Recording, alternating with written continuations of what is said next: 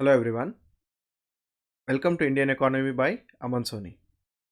In today's news hour, we'll discuss the important articles related to economy from the Hindu newspaper. In page 1, we do not have any news related to economy. Let's skip.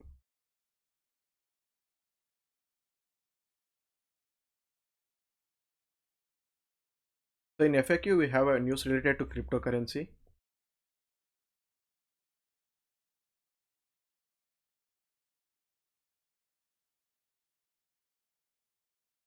This article discusses about the taxation on cryptocurrency and its legality.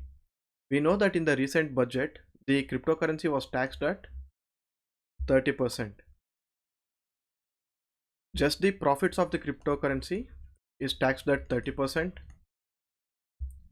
There will be a deduction only for the cost of purchase,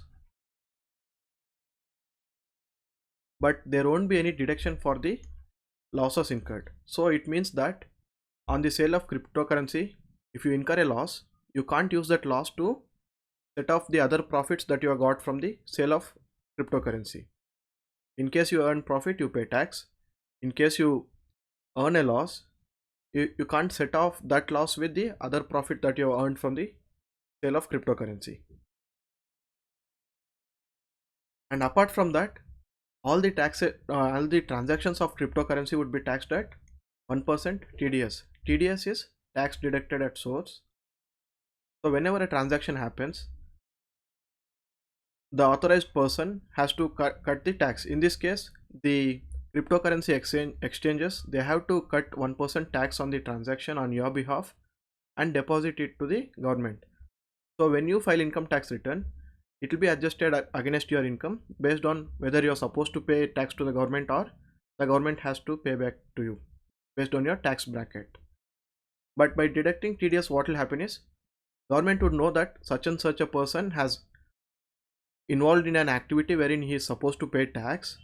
So you fall under the scrutiny of income tax if you don't file returns. If your income is too high and if you don't file returns, the income tax department would know because they have a record of TDS. So the article discusses about the approach of India to cryptocurrency. Earlier, the Reserve Bank had tried to ban cryptocurrency and asked the banks not to provide any services related to cryptocurrency. But later on, the Supreme Court reversed this judgment saying that the government has technically not banned cryptocurrency. So as of now, you can't ban cryptocurrency until government gets a law with respect to that. So now the article asks that by legalizing, does the cryptocurrency get legalized if you put a tax on that? So finance minister has replied to that saying that as of now we have not taken any decisions about the legality of the cryptocurrency, but that doesn't mean that we don't tax it, because there is so much profits from cryptocurrency transactions that are happening in the country. We have all the right as a government to tax that transaction, and we will decide that whether a cryptocurrency has to be legal or not based on the reports of our committees. And previously there was a verdict called the Income Tax Commissioner versus Singh in 1980, which also said that if the business is illegal, neither the profits earned nor the losses incurred would be enforceable in law, but that does not take the profits out of the taxing statute. So it means that same with the cryptocurrency. As of now, the legality of cryptocurrency is not decided, but still the government can tax it as long as the decision would be taken in future. That was this article.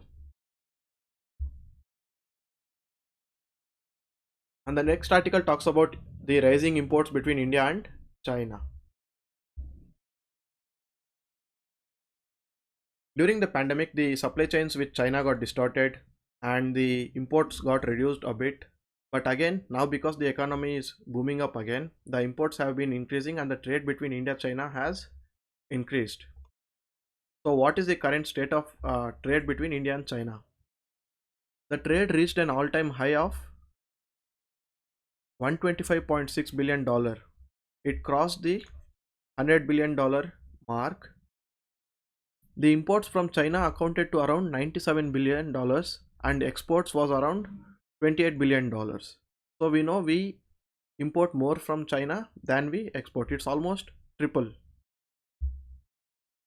And compared to 2019 levels, in 2020 the trade decreased because of the pandemic, obviously. But now the trade is again picking up. Even our exports to China increased, but the imports increased at a higher pace. And because there is a huge difference between the exports and imports, the trade deficit also increased by 22%. And what is India importing so much? India imports mainly electrical and mechanical machinery, range of chemicals like the acetic acid, and there are also intermediate goods and raw materials for the manufacturing, and the active pharmaceutical ingredients for the Indian pharma industry, auto components, and during COVID, medical supplies like PPE kits, masks, etc. And we also import many finished products like integrated circuit chips, laptops and computers, oxygen concentrators, chemicals, etc. So, what does the trend of trade deficit shows? The trend shows that India is still dependent China heavily, and it's not going to change in the near future. But at the same time, a good sign is that the intermediate imports are raising. Intermediate components are those components that are those are raw materials that are used in the production of other finished goods. So if you are directly importing finished goods, that is bad for India. But if you are importing intermediate raw material goods, that means that you are importing those raw material goods so that you can produce in your country and you can sell it to other countries. That's a good sign.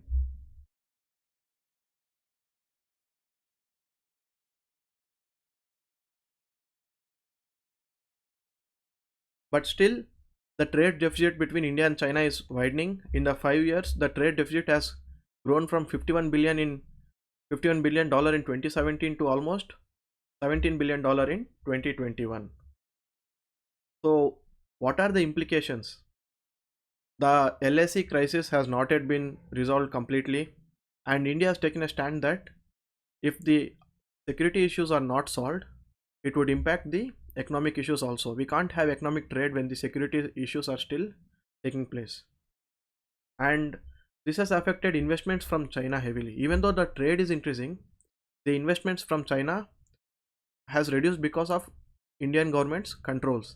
And last year, if you remember, we banned so many Chinese apps, and all the Chinese firms have been kept out of 5G trials in India, and tax investigations have been happening against manufacturing firms of Chinese that are there in India. So our long-term plan has to be reduce this import dependency on China by either manufacturing those goods in India or sourcing them from elsewhere. But as of now, we are still heavily dependent on China for our intermediate goods and finished good supplies.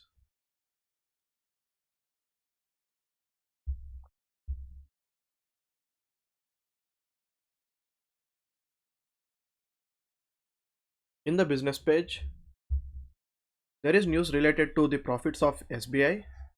We don't need to read that. And news about Bank of Baroda. No need to read that. And in this article, there are two terms which are conceptual. Let us look at it. We could provide relief to people if tax base was wide. So the Revenue Secretary is saying that we have not reduced any tax rates under the income tax in the current budget, and we would have done if the tax base was wider. So what is tax base? Tax base is how much of the incomes that the government is able to tax in an economy. It can be the individual income, it can be the corporate income, it can be any other income. So for example, if you take individual income tax, in India, around 6 crore people approximately file for income tax returns, but only around 1.5 crore people pay taxes among this, because there is a tax slab limit of 5 lakh rupees. So the remaining 4 crore people, even though they file income tax returns, their income falls less than this 5 lakh slab, so they won't pay any tax, and only 1.5 crore people in India pay tax. So you can imagine how less number of people are under the tax base, that is their incomes are less than the taxable slabs. So if they are saying that if the tax base was wider, that more and more people income would fall beyond the exemption limit, that means tax base would be wider. It means that more number of people are falling under the taxable limit of income tax. So then the government would have got more revenues. Then the government would be able to provide some concessions in the form of tax rates. But as of now, with the tax base, we are not able to provide any concessions. That's the government saying.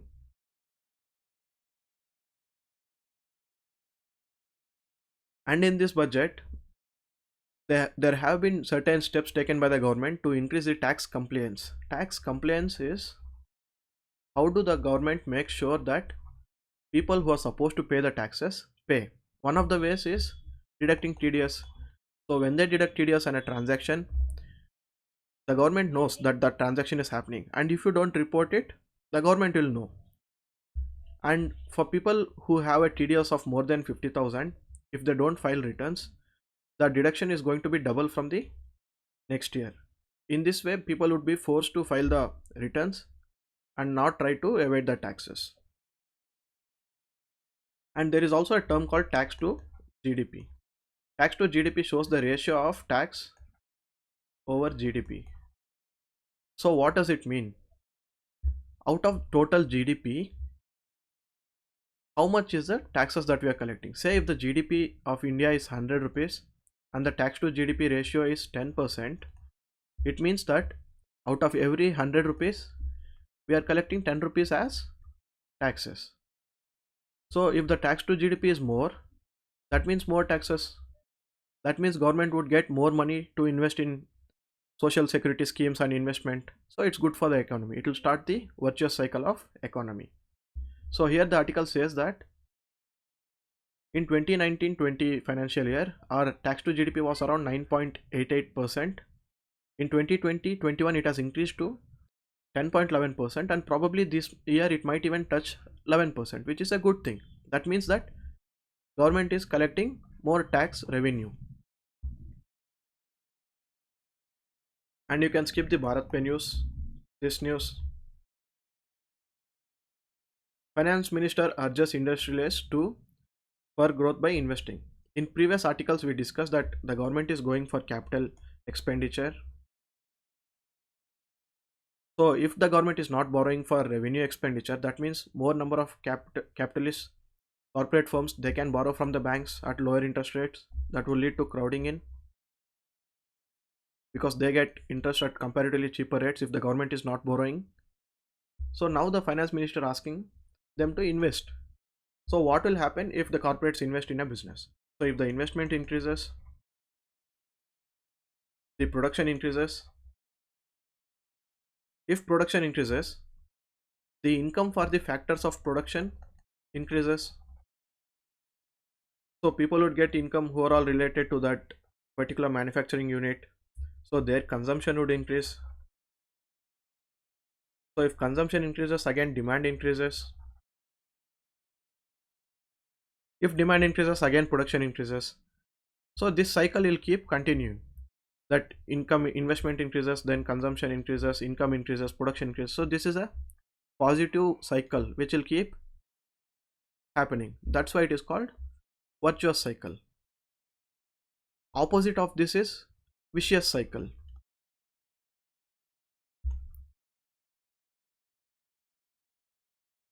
The example for vicious cycle is poverty. If people are poor, they can't afford good health and education, so the standard of living would be low, and they can't get good jobs, so their income would be low, so they'll remain poor again. So this is example for a vicious cycle, and this investment one is example for a virtuous cycle.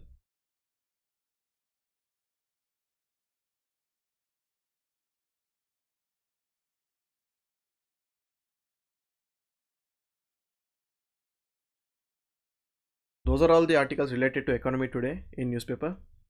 Thank you so much.